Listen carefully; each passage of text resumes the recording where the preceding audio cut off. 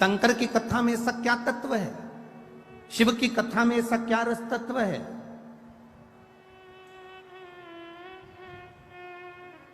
क्या मिलता है शिव महापुराण की कथा को श्रवण करने से? दुनिया के लोग कहें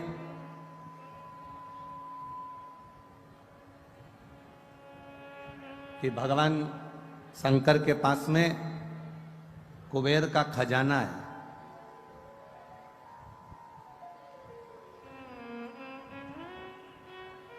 भगवान शिव के पास में ढेर संपदा है, इसलिए दुनिया के लोग शंकर भगवान की आराधना करते हैं। बहुत अच्छे से सुनना महाराज, तब अधिक मास की शिव महापुराण की कथा चल रही है, अपनी जिंदगी में उतारिएगा। लोग कहते हैं शिव जी के पास में कुबेर का खजाना है, शंकर भगवान के पास में अपार धन है, शिव जी के पास में अपार संपदा है, इसलिए दुनिया के लोग शंकर जी का भजन करते हैं, शिव जी पे एक लोटा जल चढ़ाते हैं, शंकर जी की भक्ति करते हैं, इसलिए लोग शिव जी की पूजन करते हैं, उनसे मांगने के लिए, उनसे पाने के लिए। ये दुनिया के लोग समझ नहीं पाए। लोग कहते हैं शिव जी की पूजन इसलिए करते हैं क्योंकि उनके पास करोड़ों का धन है, अंबारियां भरी पड़ी है, लक्ष्मी भरी पड़ी है, संपदा भरी पड़ी है। उन दुनिया के लोगों को बताना कि हम शंकर जी की पूजन इसलिए नहीं करते कि उनके पास कुबेर का खजाना है। दुनिया के लोगों को बताना हम शंकर जी की पूजन इसलिए नहीं करते क्योंकि उनके पास ढेर खजाना है।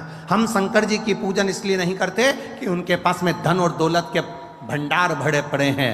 हम शंकर जी की पूजन इसलिए नहीं करते कि शंकर जी के पास बहुत सारी संविदा, बहुत सारा सामान, बहुत सारी पूंजी हमारे भोलेनाथ जी के पास में है। हम शंकर जी की पूजन धन को देखकर नहीं करते, हम शंकर जी की पूजन, सनातनी शिव जी की पूजन शंकर का भक्त इसलिए करता है कि शंकर जी के पास इतना होने के बाद भी वो लुटाकर शमशान में रहता है, इसलिए हम शिव की पूजन करते हैं जो दोनों हाथों से लुटाना जानता है।